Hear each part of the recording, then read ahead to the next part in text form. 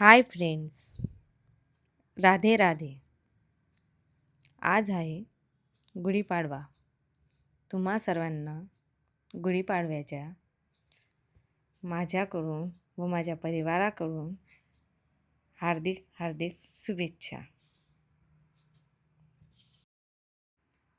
गुढीपाडवा हा भारतात साजरा केला जाणारा सण आहे. बघू शकतात मित्रांनो, मी किती छान प्रकारे रांगोळी काढली आहे.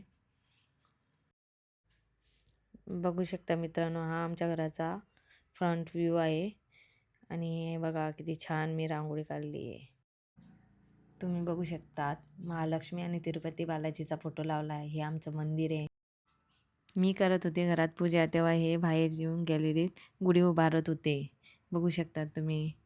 त्याने मस्तपैकी साडी लावली, माळ लावली, आंब्याचे डक्ष लावले, लिंबाचे डक्ष लावले, मग कळस लावला. मुंबईत जागेचा प्रॉब्लेम असल्यामुळे आम्ही गॅलरीतच गुढी उभारली. बघू शकतात. मग त्यांनी माळ लावली. मित्रांनो, आमची गुढी कशी दिसते ते कमेंट करून सांगा. आम्हाला काही माहीत नव्हतं. आम्हाला जसं येत होतं आम्ही तसं केलं आहे. काही चुकलं असेल तर आम्हाला माफ करा. हिंदू मान्यतेनुसार या दिवशी नवीन वर्षाची सुरुवात होते. या दिवशी तांब्याच्या लोट्यावर स्वास्तिक बनवून रेशमी कापड टाकला जातो. यांनी मला सांगितलं की मी गुढी उभारली, तू हे पूजा करून घे. तर मी पूजा करायला सुरुवात केली. हळद, कुंकू, तांदूळ, दिवा, लाडू, फुलं हे सर्व घेतलं होतं. मी धूप लावली. मस्तपैकी मी पूजा केली. गुढीपाडव्याच्या दिवशी अंगणात सुंदर रांगोळी काढली जाते. निवेद म्हणून पुरणपोळी, श्रीखंड, खीर असे अनेक पदार्थ या दिवशी बनवले जातात. दारावर आंब्याचे पानाचे तोरण लावले जाते.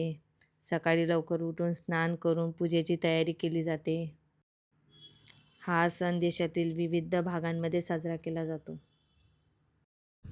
माझी पूजा झाल्यावर मग मी यांना पण सांगितले की तुम्ही पण पूजा करून घ्या. मग यांनी पण मस्त प्रकारे पूजा करून घेतली. पाया गिया पडल्या. मग त्यांना जरा या इकडे बसा.